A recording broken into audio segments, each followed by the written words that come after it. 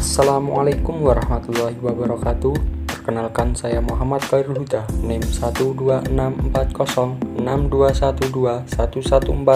dari kelas MKS 1C, akan menjelaskan mengenai sejarah perkembangan hadis. Perlu kita ketahui bahwa sejarah perkembangan hadis dibagi menjadi tiga. Yang pertama pada masa Rasulullah SAW, kedua pada masa Khulafaur Rasyidin, dan yang ketiga pada masa tabi'in. Yang pertama, perkembangan hadis pada masa Rasulullah SAW. Hadis pada masa ini dikenal dengan Al-Ashhar, Al-Wahyu, wa Al-Takwin, yaitu masa turun wahyu dan pembentukan masyarakat Islam. Wahyu yang diturunkan Allah dijelaskan Nabi melalui perkataan, perbuatan, dan tahrirnya.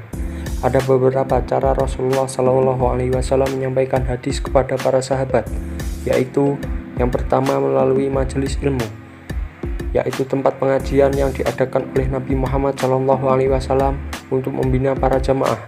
Yang kedua, dalam banyak kesempatan Rasulullah SAW juga menyampaikan hadis melalui para sahabat tertentu, yang kemudian disampaikan kepada orang lain. Jika hadis yang disampaikan berkaitan dengan persoalan keluarga dan kebutuhan biologis, maka hadis tersebut disampaikan melalui istri-istri Nabi sendiri. Yang ketiga, melalui ceramah atau pidato di tempat terbuka, misalnya ketika Haji Wada dan Al-Fathul Mekah. Yang kedua yaitu masa perkembangan hadis pada masa Khulafaur Rasyidin. Pada masa ini ditandai dengan munculnya Khalifah 4, yaitu Abu Bakar As-Siddiq, Umar bin Khattab, Utsman bin Affan, dan Ali bin Abi Thalib sebagai pemimpin Islam selanjutnya. Sehingga masa ini dikenal dengan masa sahabat besar, dan berakhir sesudah Ali bin Abi Thalib wafat dan disusul kemudian era sahabat kecil. Pada masa ini perhatian para sahabat masih terfokus pada pemeliharaan dan penyebaran Al-Quran, maka periwayatan hadis belum begitu berkembang dan masih ada pembatasan dalam periwayatan. Oleh karena itu, para ulama menganggap masa ini sebagai masa pembatasan periwayatan. Yang ketiga, perkembangan hadis pada masa tabi'in.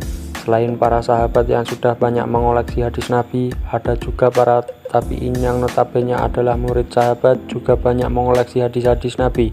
Bahkan pengoleksiannya sudah mulai disusun dalam sebuah kitab yang beraturan.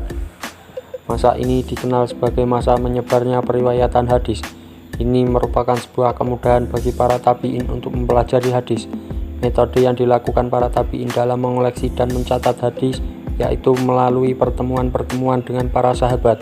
Selanjutnya mereka mencatat apa yang telah didapat dari pertemuan tersebut. Ada beberapa kota yang dijadikan pusat pembinaan dan periwayatan hadis, yang kemudian dijadikan sebagai tempat tujuan para tabi'in dalam mencari hadis.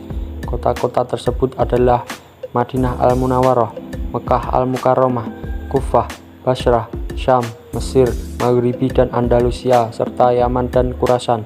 Demikian yang dapat saya sampaikan. Mohon maaf apabila masih banyak kekurangan. Wassalamualaikum warahmatullahi wabarakatuh.